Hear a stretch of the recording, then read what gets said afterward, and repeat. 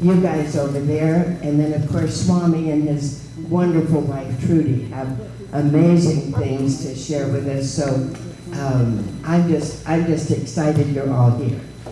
And if there's, are you ready for Trudy to come tell us about you?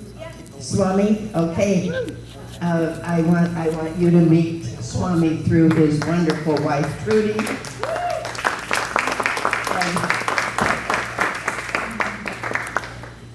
And welcome to all of you. So glad you're here.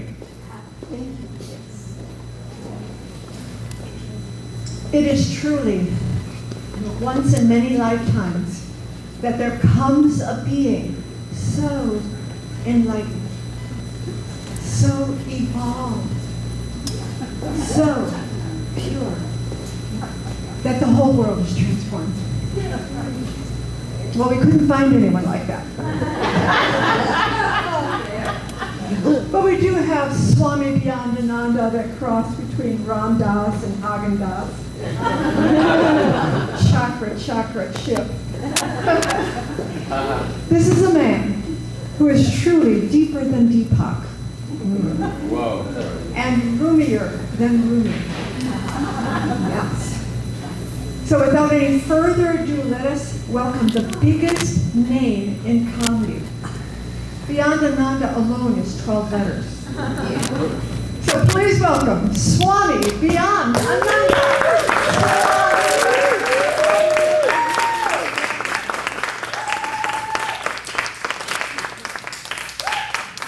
Hello, everybody.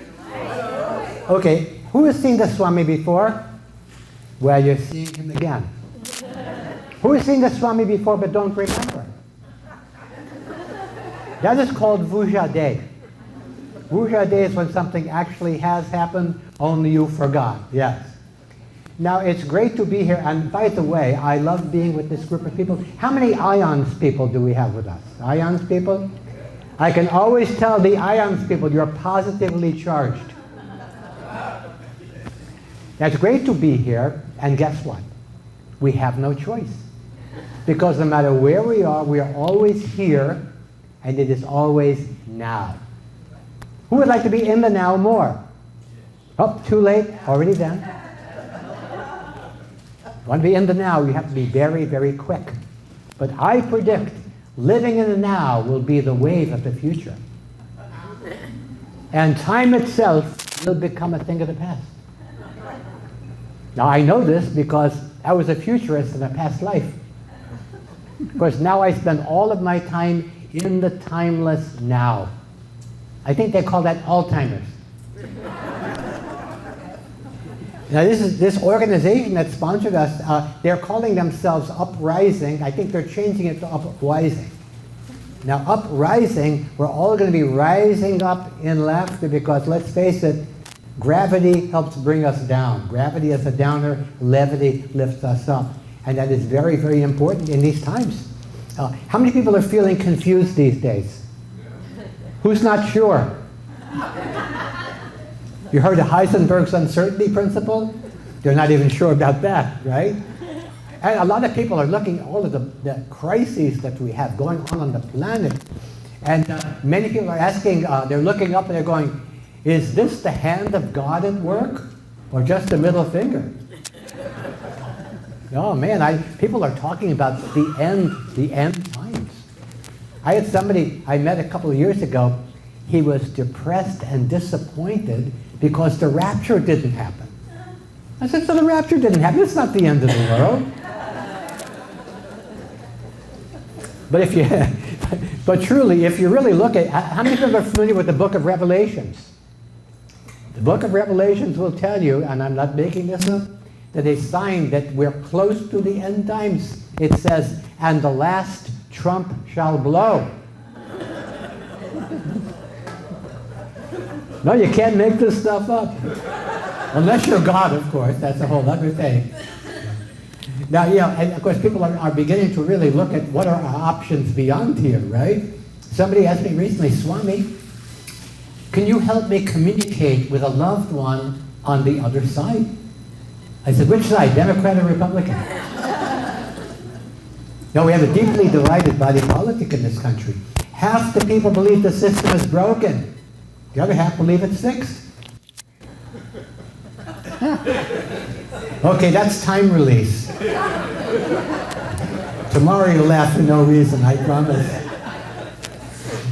Now, because we have a deeply divided body politic, yes, the solution is we need to bring left and right, front and center, to face the music and dance together, to turn the funk into function and leave the junk at the junction. Yeah.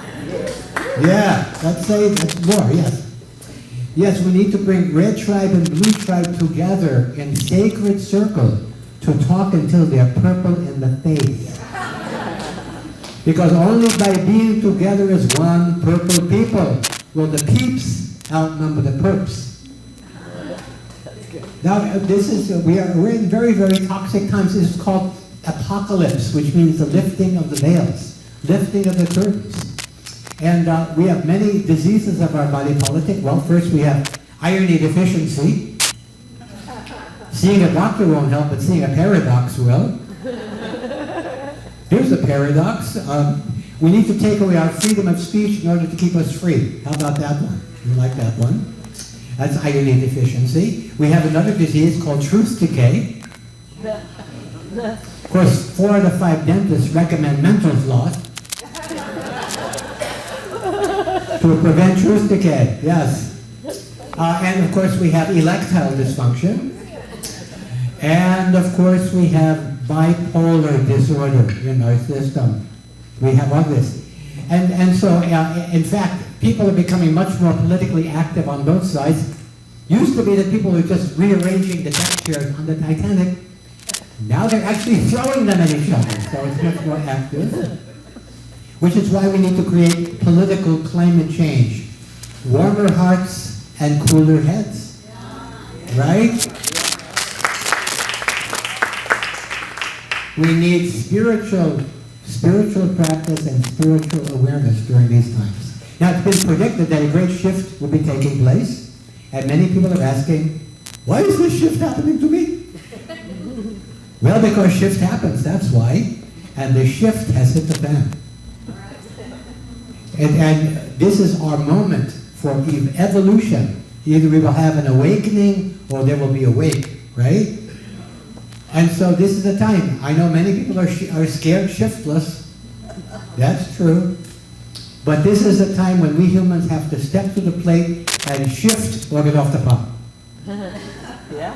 Unless you need pot to shift, then stay on the pot, yeah? Yeah, I don't know if you know this, but we all have these cannabinoid receptor sites in the brain. It's a part of the brain, I think they call it the hippocampus.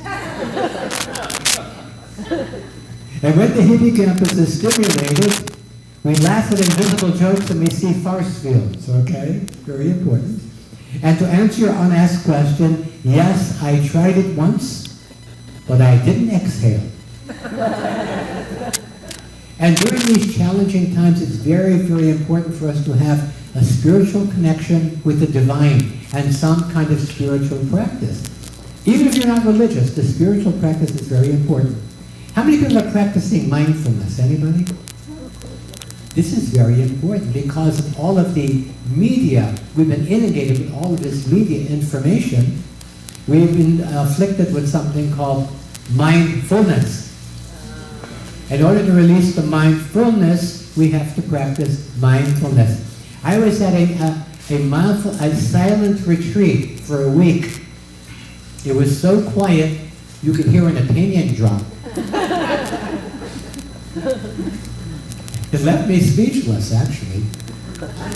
Now, the mindfulness teacher there gave me the secret. He said, if you want to be mindful and peaceful, 2 things you have to do. First of all, you have to clear your mind of all thoughts, number 1. Number 2, you have to focus on the center of yourself. I did it and it worked.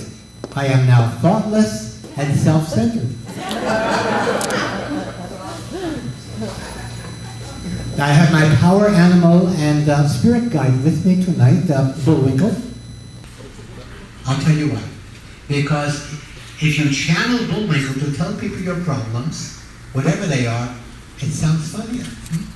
Okay, so let's say you lost your job and you have no money. Channel Bullwinkle. I just lost my job and have no money. That's a little funnier, right? And so, as you can see, I'm wearing my crucifix today. Seriously, Jesus came to me in a dream and he asked me to wear this. I said, what does it mean? He said, it means, for Christ's sake, lighten up. Because the world is in serious condition, largely because of our conditioning to be serious. Seriously, yes. That's part of the truth decay and erectile dysfunction that we're suffering from. Lack of humor. The world is in serious condition, and we have been conditioned to be serious, so we have to really release that. Now, people ask me, what is your spiritual path? I am a fundamentalist, accent on the fun. Not to be confused with fundamentalism, accent on the mental. See, fundamentalists say heaven is above us. The fundamentalists say heaven is where we make it. So why don't we go for heaven on earth just for the hell of it? See, we are not here to earn God's love. We're here to spend it. Right? We call that supply-side spirituality. Secret to happiness, be more supplying and less demanding. Yes. Now, as a fundamentalist, I believe that life is a joke. But God is laughing with us, not at us. The Creator is watching the Comedy Channel. We're what's on. And we have been given free choice in life. We get to decide whether or not we laugh. So, you want to be serious? You want to be miserable? Go right ahead, whatever makes you happy. But I say behind all of the stress and distress and sadness in life, there is a deep well of joy. And every time we let laughter bubble up out of that deep well, we experience deep wellness. Now, sometimes we forget to laugh, right? Anyone go a day without laughing recently?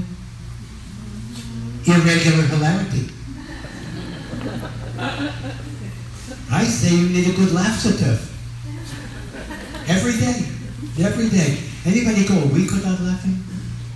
Oh, good thing, because you might be suffering from hemorrhoids.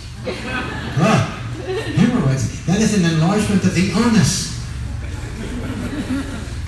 You feel so much responsibility, the only thing you're ever able to pass is heavy judgments.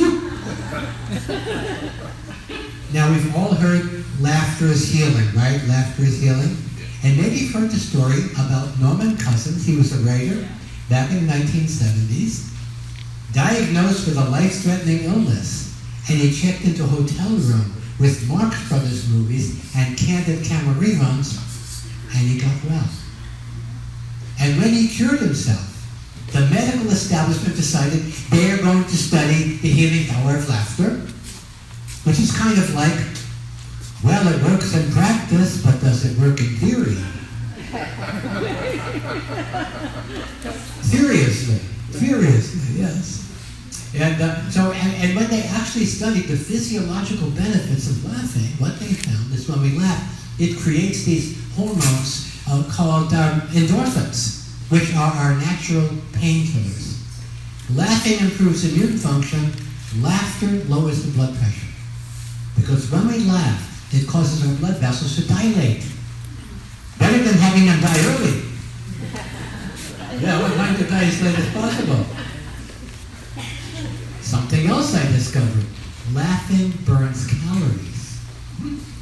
So I'm starting a new program. It's called Laugh Your Ass Off. Lose weight is at the same time. All the same. Now, people have asked me, Swami, will there ever be peace on earth? I have great news. There will be peace on earth. I certainly hope we humans are around to enjoy it. Are we going to create critical mass before we get the critical massacre? And we are confronted with all to metabolize everything that's been happening in human history until now. We have been suffering for 5,000 years under the rule of the lowest common denominator. And the golden rule has been replaced by the rule of gold rule, which is do unto others before they can do unto you. This has left us with a lot of residue to metabolize, right? And so the question we are all asking, can we undo the do that has been done? Or will the done do be our undoing? It's an undo-it-yourself program, folks, because it all starts with each of us. Yes? Now, in the old days, when people are dissatisfied with the current political and economic situation, there'd be a revolutionary uprising to overthrow the system. Well, we've tried that. That doesn't work. Revolution keeps you revolving around the same wheel, the same karmic wheel, the same unmerry merry-go-round. And I've said this many times. When you find yourself on a vicious cycle, stop pedaling and get off. So now what we need is an evolutionary uprising to overgrow the system. So I have devised a simple 4-step program guaranteed to work 3 times faster than 12-step. Very simple. Wake up, wise up, grow up, show up. Right? Wake up to the illusion of separation. We've been hoodwinked by a bunch of winking hoods. The Commonwealth has been stolen by a very, very, very small percentage of the uncommonly wealthy. And it is up to us, we the people who have been divided and conquered, to unite and thrive together. That is what we have to do. Our system has been hijacked, and we the people have to hijack it. Yes? How many people are concerned about the deep state? The deep state. Well, the way to deal with the deep state is to cultivate a deeper state.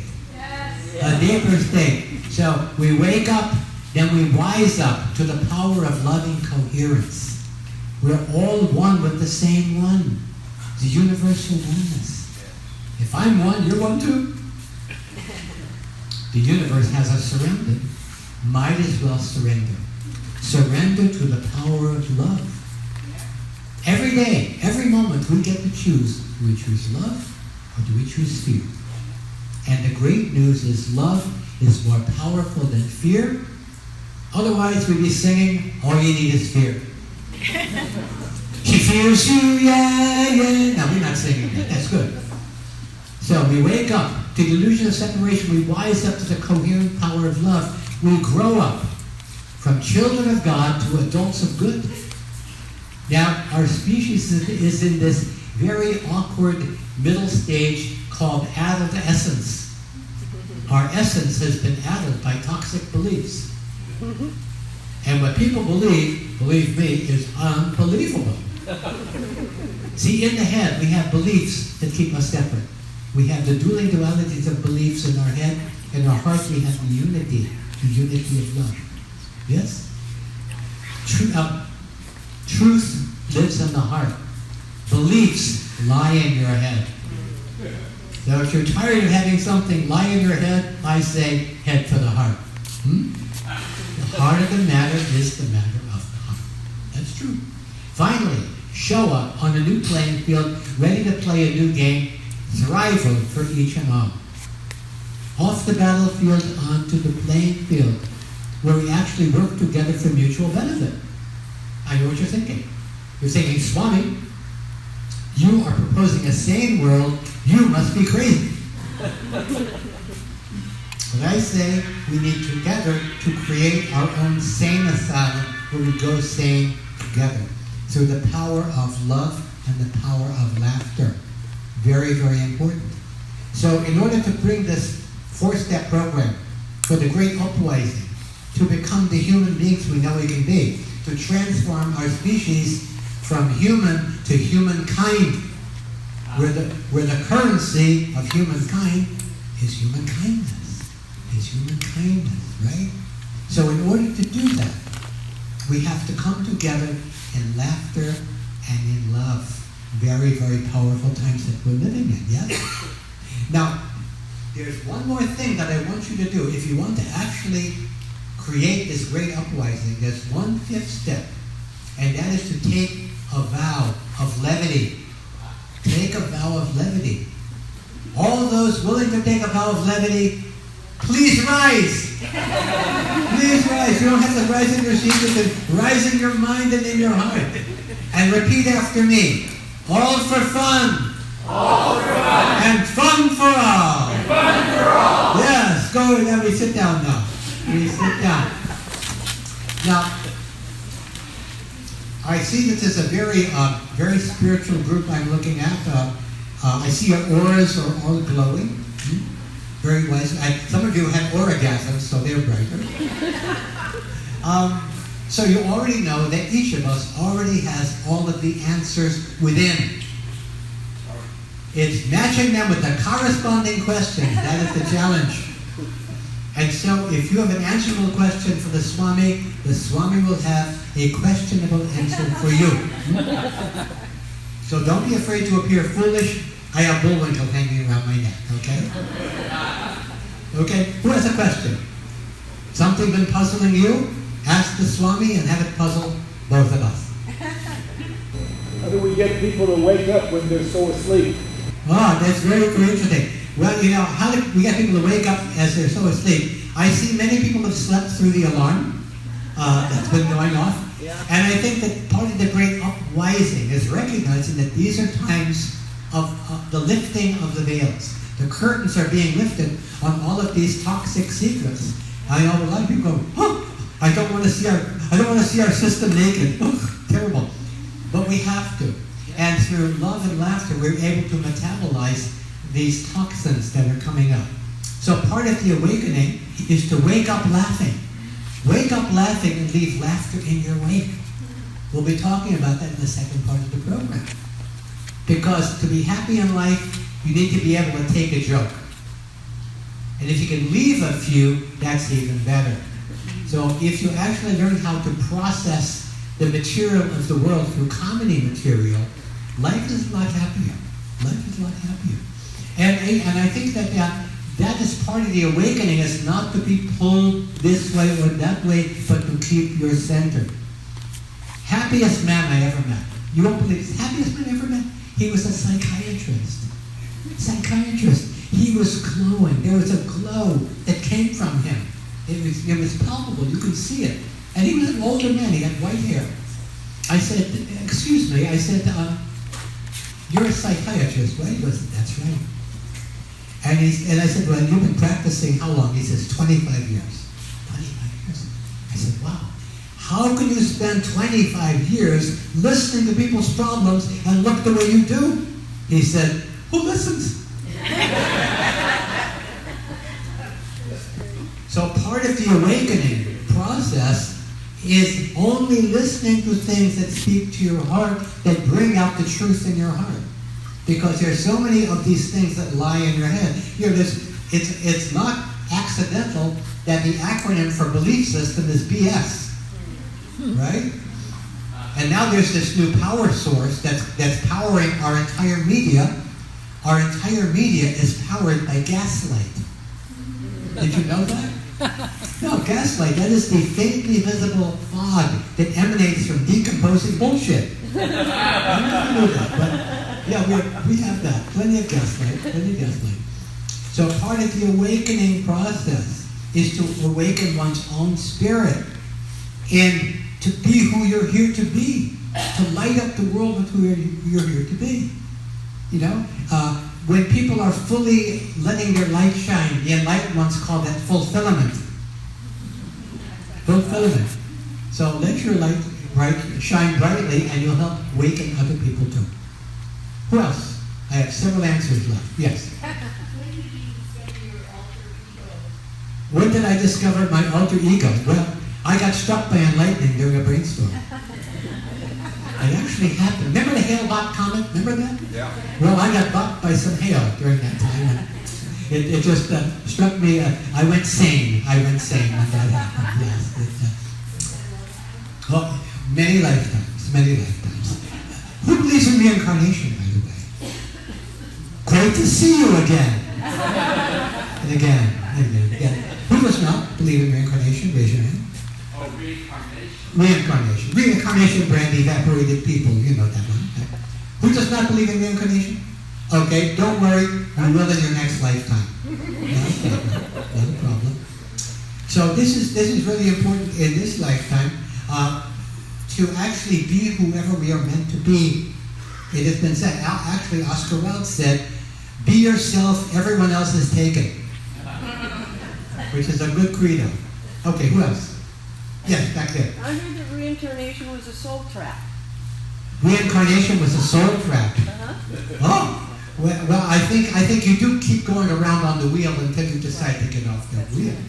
But interesting that you asked that, because you and I, believe it or not, have had significant lifetimes together. I wasn't going to mention it, but you brought it up. We sat at the feet of the Buddha. Remember this? We were lamas in Tibet, okay? Actually, you were a lama, I was a yak. A yak is a talking lama. At the feet of the Buddha, and every time the Buddha would sit to meditate, you would interrupt him with a question. They ended up naming a great city for you. Budapest.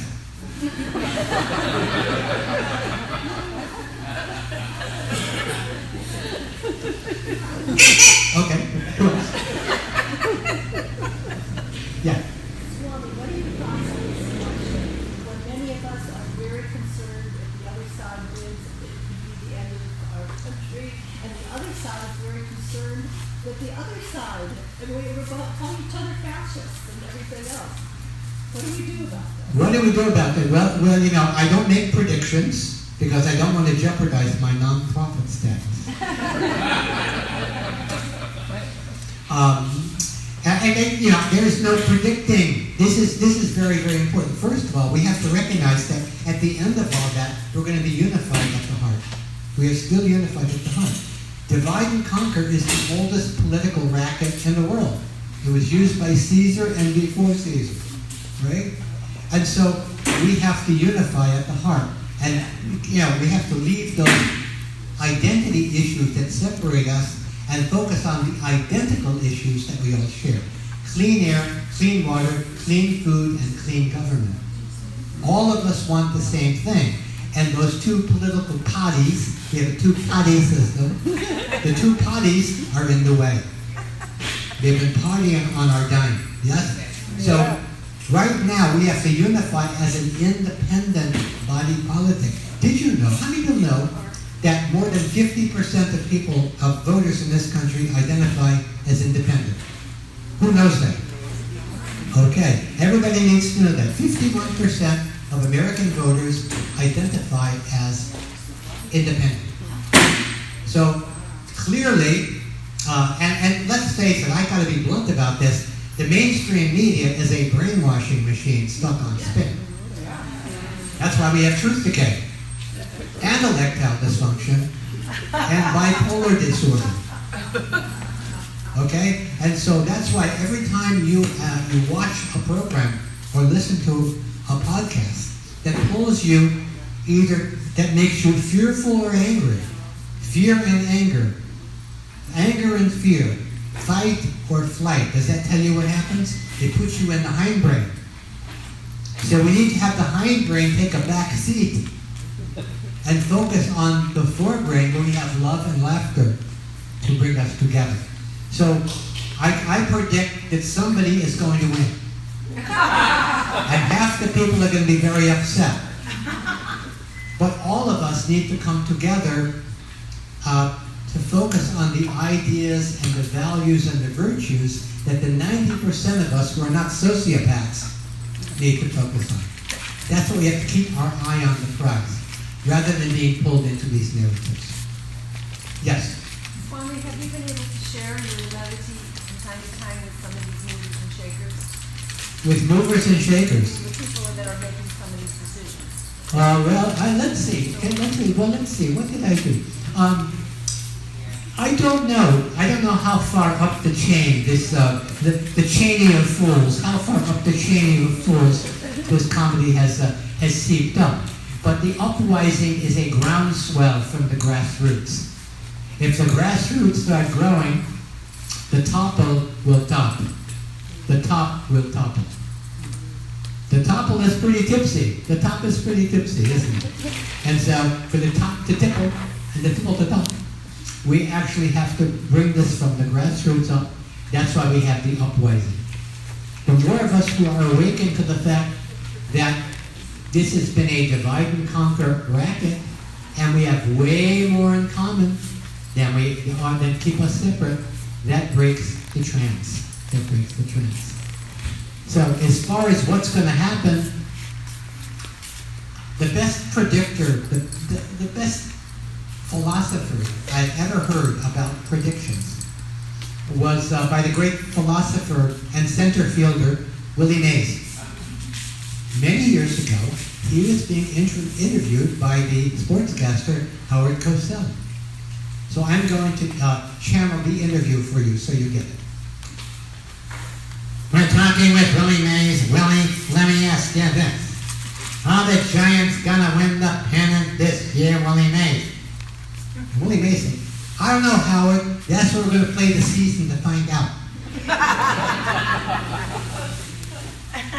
So this is the season where we follow our hearts, we follow our conscience, and we understand how we're being manipulated by fear, and whatever side you're on, we want to humanize the other side. We want to find out what they're listening to.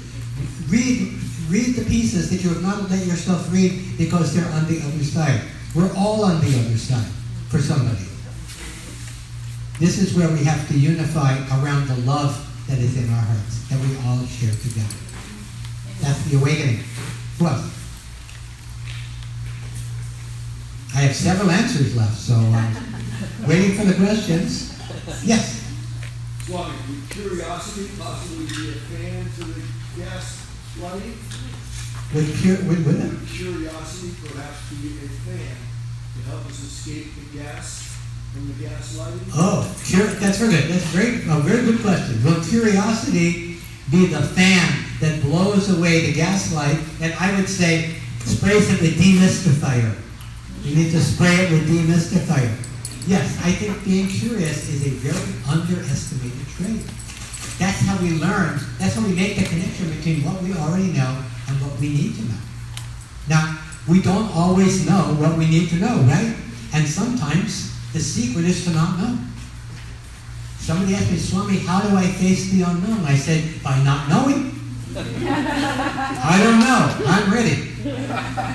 That's what I loved about the Dalai Lama. That's what I loved about the Dalai Lama. Because he had such a sense of humor. I was watching an interview. He is being interviewed by a very serious Western Buddhist scholar, asking all of these intricate questions about Buddhism. And for every other question, Dalai Lama's answer is, I don't know. I'm going, wow. Then I'm thinking, what does Dalai Lama not know that I don't know? No, but that's why I so appreciate his spirit. And I'm holding this. This is my, by the way, there's a practice that I think will help us all awaken and create the world that we would like to have. I call it television. If you don't like the current programming, turn off your TV, television instead. I television to you, you television to me. We have healing and functional visions to step into. And that beats what we've been stepping into. You know what I mean? Okay? I'll television. I want you to hold it with you. I am envisioning the Dalai Lama returning to live in peace where he belongs in his homeland. I'm holding that as a vision. And when he gets off the plane, I want to be there to greet him. And I want to be able to say, hello, darling. Yes, hello, darling. It's so good to have you back where you belong. Could happen. Yes. So what question that we haven't asked you wish we had? What question would you wish that I haven't been asked yet? Would you wish for me to ask that one? That was the question. Thank you. Yes. What is your vision for peace? What is my vision for peace? Well, I have a number of visions. I say that I have the piecemeal approach to peace. where everybody brings a little piece of the piece. Peace on the planet, peace in your heart. The face in the mirror is the place to start. A little piece here, a little piece there, makes one big piece everywhere. Now assign the pieces at hand. Assign the pieces at hand. All of the peace groups get along with each other. That's the first sign. Now, you cannot outlaw war because war is the second oldest profession, right? But we can change the rules of engagement. So I say, war in the future. This is my vision for war in the future. All wars fought with cream pies. All wars fought with cream pies. Like the Keystone Cops, yes? And then you have to lick the pie off of the face of your opponent. Everybody goes marching home, fully intact, saying, we licked them good, didn't we? Operation Desert Storm. There you go. Yeah. The world's oldest profession, prostitution, do you feel it should be legal? You know, that reminds me of a story. A town in West Texas, many years ago, the local madam comes to the minister of the big church there. She says, Reverend, I want to make amends for my life. I want to donate everything I have to the church. He says, well, ma'am, I need to think about it. Come back tomorrow. Next day, she comes back. He says, I'm sorry. I cannot accept your offer. And she leaves. One of the townspeople says, Reverend, we need a new building. Why did you turn down her offer? He said, because her money is tainted money. And the guy says, what do you mean her money? It's our money.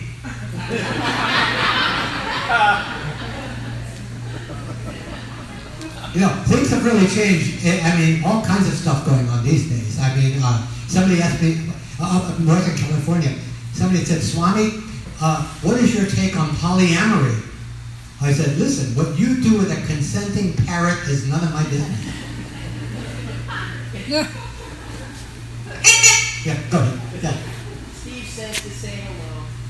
Nuka. Oh, very good, very good. I'm Oh, going to ask you a question. yes. How do we teach the value of a leap of faith? How do we teach the value of a leap of faith? That's really a great question. First of all, we have to recognize that faith has been taken away from us in a certain regard. That we have been living in a world where we are taught that only matter matters and only material world is real, and that there is no transcendent. Ray Kurzweil, you probably know Ray Kurzweil. He's the chief AI guy over at Google. He wants to turn us all into machines, and he doesn't ever want to die, and so he wants to immortalize himself as an artificial intelligence. And somebody asked him, does God exist? And he said, not yet. Okay? So that's what we're up against. In the real world, in true reality, there is a one spirit that is bigger than any human mind. And what we're suffering from right now, we're suffering from two diseases. One is the deplatforming of God, and the other is the deplatforming of the feminine. You may know this, that when the founding fathers created our system of government, they took it from the Iroquois nation, largely from the structures of the Iroquois nation. You know, the balance of powers and separation of different branches of the government. What they didn't take was the council of grandmothers. And in the Iroquois nation, it was the elder women who made the decisions whether the tribe went to war or not. So we haven't done that. And so we're so out of touch with the feminine and the natural world that we've created the upside-down, institutionalized insanity that is our civilization. So part of re-civilizing our civilization, put the civil back in civilization, is to really recognize that there is a transcendent power that knows more than we do. That knows more than we do. That is a power of divine love. That's inescapable. Inescapable. That's the cosmic joke. We're all connected to this power of love, and we fight each other like it doesn't exist. Did we laugh? Right? So part of that, what you're asking really is how do we bring that love into our hearts? And we find a way, whatever it is, to remember that loving spirit and to be and have that occupy us. And so we spread it around. Heaven is not a destination, it's a practice. It's a practice. We radiate it out. You walk down the street radiating this, and people will say, I'll have what they're having. Okay, good. Yes. Do I believe the adage? I don't believe anything. I think that's one of my great liberations. I don't believe anything because reality is beyond belief. It is. It's beyond belief. Does it have to get worse before it gets better?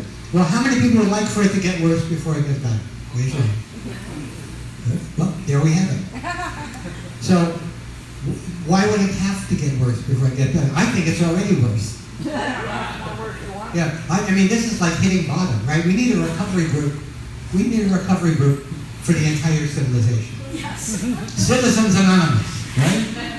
Anybody ever been to a codependency group? I'm curious. Huh? I thought about going, but I couldn't find anybody to go with. I finally went to the codependency group, and I found out that I'm addicted to chocolate. So not only am I codependent, I'm cocoa-dependent. Now, they got groups for everybody nowadays. I heard about a group for people who feel like nobodies. Anonymous. You have an unlisted number. You can't find it. Oh, here's my favorite for these stressful times. Overachievers Anonymous. 24-step program. Of course, this is the ultimate recovery group. We're all part of this one. It's called Children of Parents.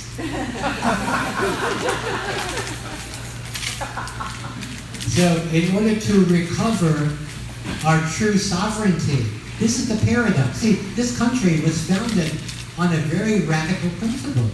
And the radical principle is that two things that seem to be in opposition can be happening at the same time. Individual sovereignty and freedom and collective well-being. They happen simultaneously. They're not opposed to one another. So, one of the problems with the two political parties, they're all talking shit, right? Two political parties is that they make you focus on the lesser evil, so that your attention is put on the exaggerated evil of the other side.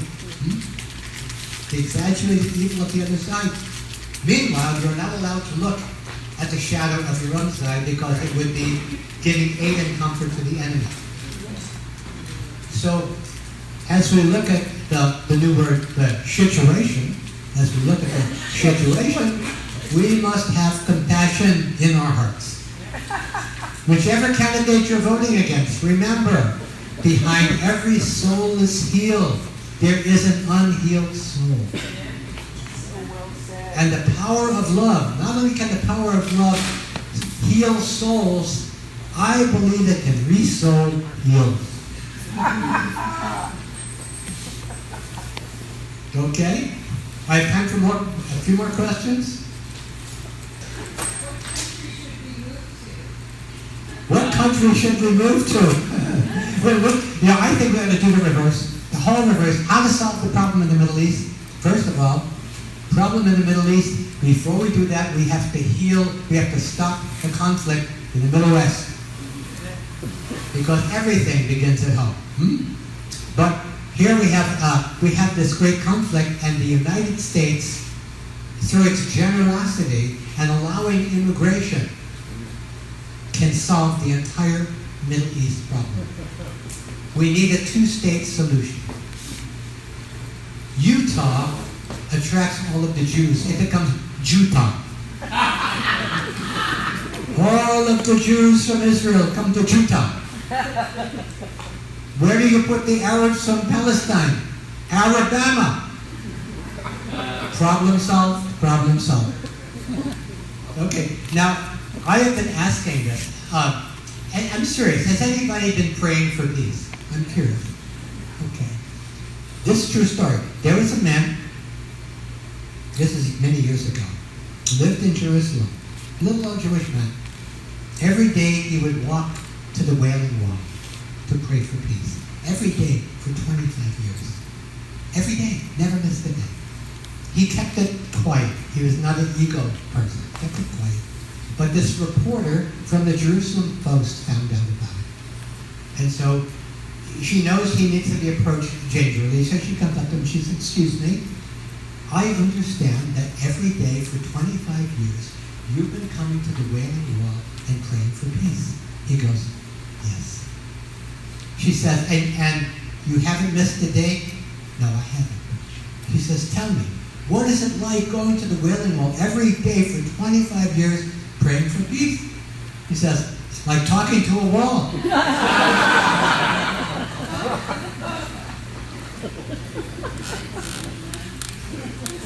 Now, I was praying for peace.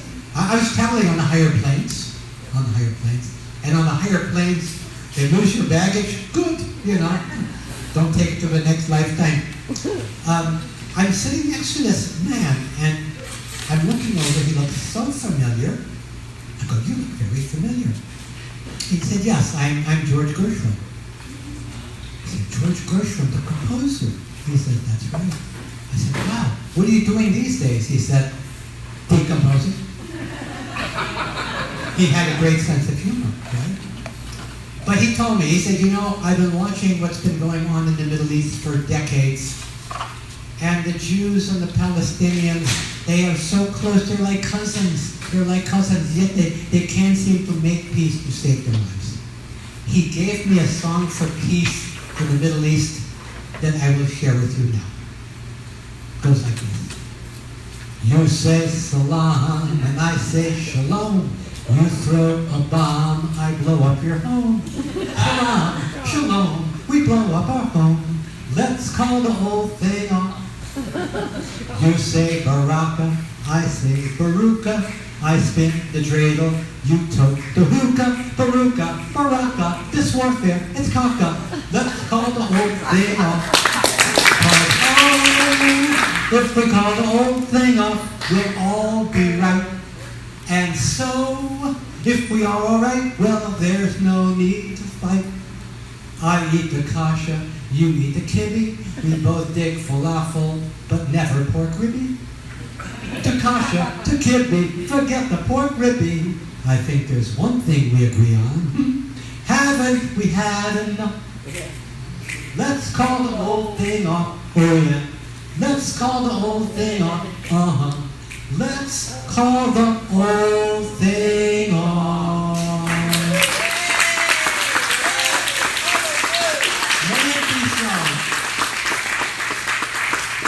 Trying to be a blessing for all of the warring parties on the planet. Pax on all of your houses. There we go. Didn't that feel good? Okay, thank you. Okay, we have time for maybe another question? Okay, right there. Yes. Is it true that Earth is a prison planet? The Earth is what? A prison planet. The Earth is a prison planet. Well, I've heard people say that.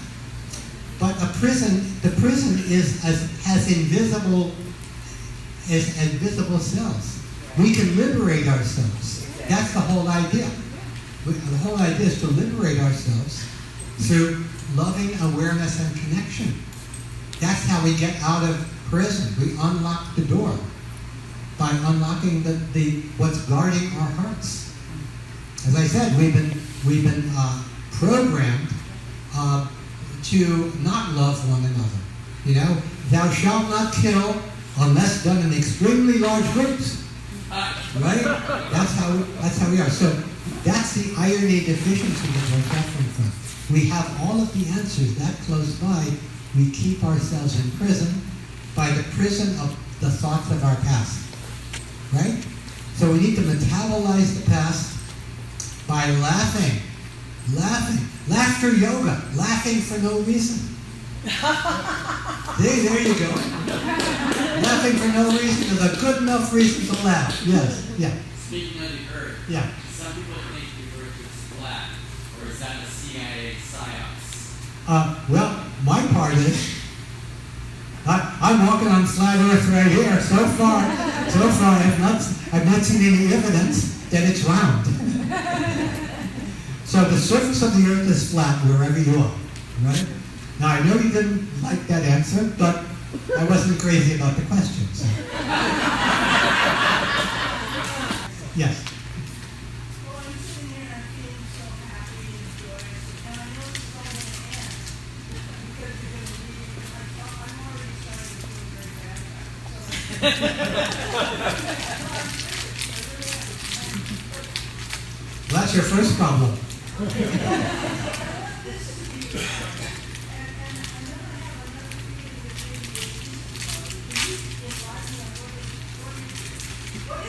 Well, how many people want to know a very simple answer to what is reality?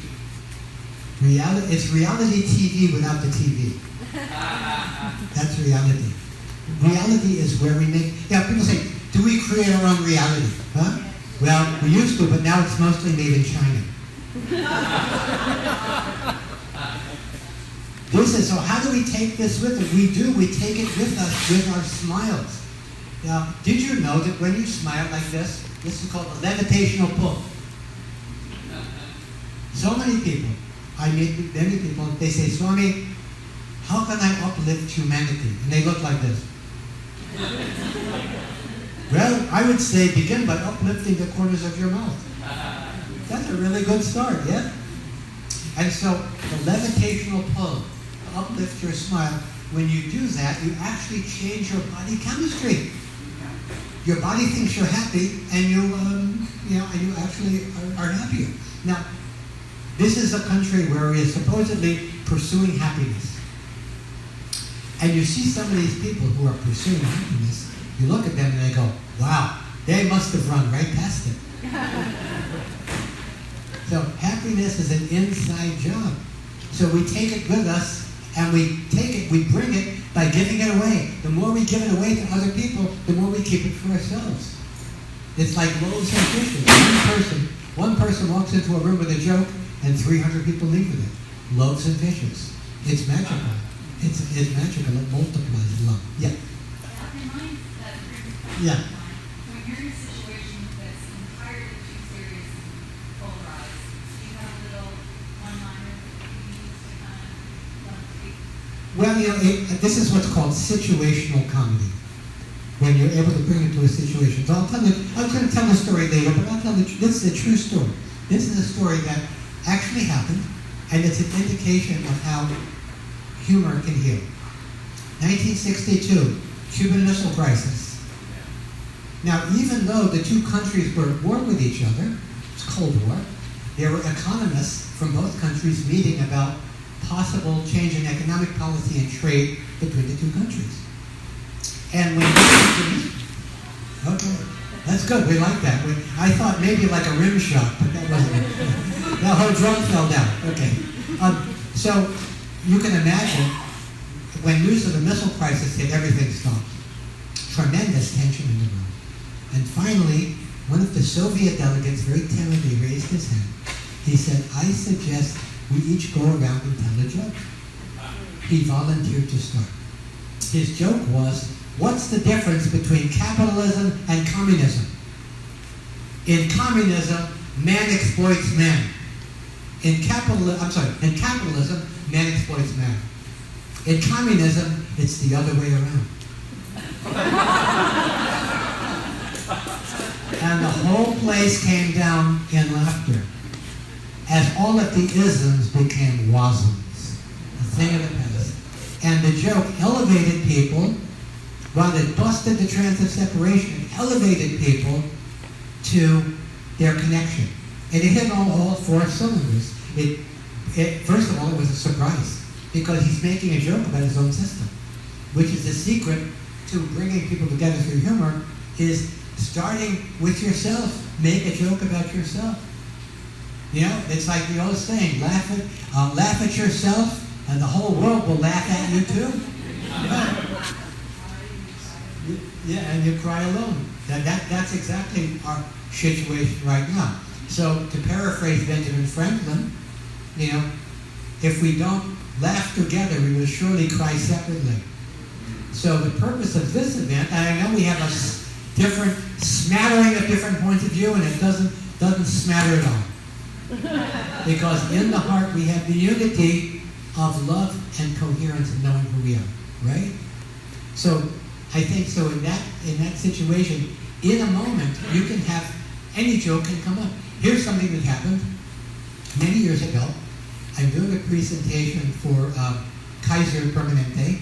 They had a program for their doctors called Physician Wellness Program. And boy, was that an oxymoron. They were very unwell. And most of these physicians were from third world countries, right? I'm looking at them. So I'm doing my program, and it's working okay, but the universe decided to do an intervention. And in the middle of my presentation, I'm interrupted by the PA, and we hear, "Your attention please. Your attention please. Will the owner of a white Explorer, license number BK3-450, please move your vehicle, you're blocking traffic." Swami looks at the PA.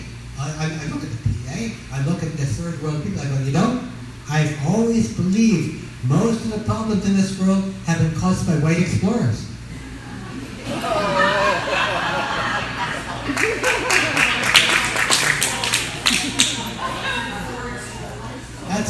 That's called situational comedy. In the moment, the universe, threw me a big watermelon, right? A big fat cantaloupe to hit, right? So when you open yourself up to cosmic comic consciousness, which we'll hear about later, when you open yourself up to cosmic comic consciousness, those farce fields will appear and jokes will happen automatically. You will not know what's coming out of your mouth until it comes out. Because we all, I know there's many, many, many creative people here, and all of the creative people know that we can't take credit for it. Although we can take cash, that's good. But it's coming from some other deeper place where all of that creativity is coming from. So when you get out of the way and stop trying, you can actually channel something that's going to make a difference in the moment. And none of us know what that is until it happens. Okay, one more question. Yes? Are we actually all aliens? Are we all aliens? Well, if you have a green card, you're an alien. I did have one. By the way, that is the biggest problem we are facing on the planet. Extraterrestrials. We have way too many terrestrials. We don't need any extra. But I understand that. How many people believe, I'm just curious, that we are being visited by beings from other planets? Who believes that? Okay. Does anybody believe we're being experimented on? I'm afraid that that's true. Believe it or not, these beings from other planets, they're using us to test their cosmetics.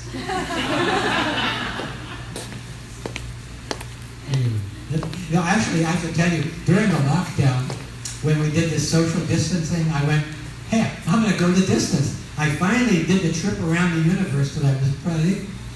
I actually found myself, believe it or not, at the center of the Milky Way. Do you know what I found at the center of the Milky Way? Chewy nougat. Chewy nougat. I thought that was just Three Musketeers, but apparently Milky Way too. Oh, I mean, you can't imagine the thrill, flying past the rings of Saturn, cracking Uranus. It's just amazing. It's an amazing trip. So anyway, any more questions before I guess? What do you think about colonizing Mars? Well, colonizing Mars. God forbid. I feel bad for the Martians already. Look at what we did to the people here. Well, we don't need a colonic. I'm sorry. We don't need that colonic. I'd say a rocket to Uranus for some of these people. Okay. So, maybe I'll do another song. Can I do another song? Okay. Do another song. Let's see. What song should I do? Okay, well, I'll channel the late, great Sam Cooke. Okay? Don't know much about astrology. Can't figure out numerology. Don't know Eastern philosophy. Ain't read the Celestine prophecy. But I do know that we are one, and if we all join in the fun, what a wonderful world this would be. Now I don't claim to be enlightened, I'm not trying to be, but maybe we can enlighten our burdens with a dose of levity. Don't know much about Deepak Chopra, think I saw him once on Oprah. I don't channel any entities with ancient gossip from the Pleiades, but I do know that we are one, and if we all join in the fun, what a wonderful world this would be. Na na na na na na, philosophy. Whoa, whoa, whoa, whoa, prophecy. Yeah, yeah, yeah, yeah. Deepak Chopra, once on Oprah. Everybody, but I do. Go give applause for that. Thank you. But I do know that we are one, and if we all join in the fun, what a wonderful world this would be. What a wonderful world this would be. Thank you. Thank you. Thank you.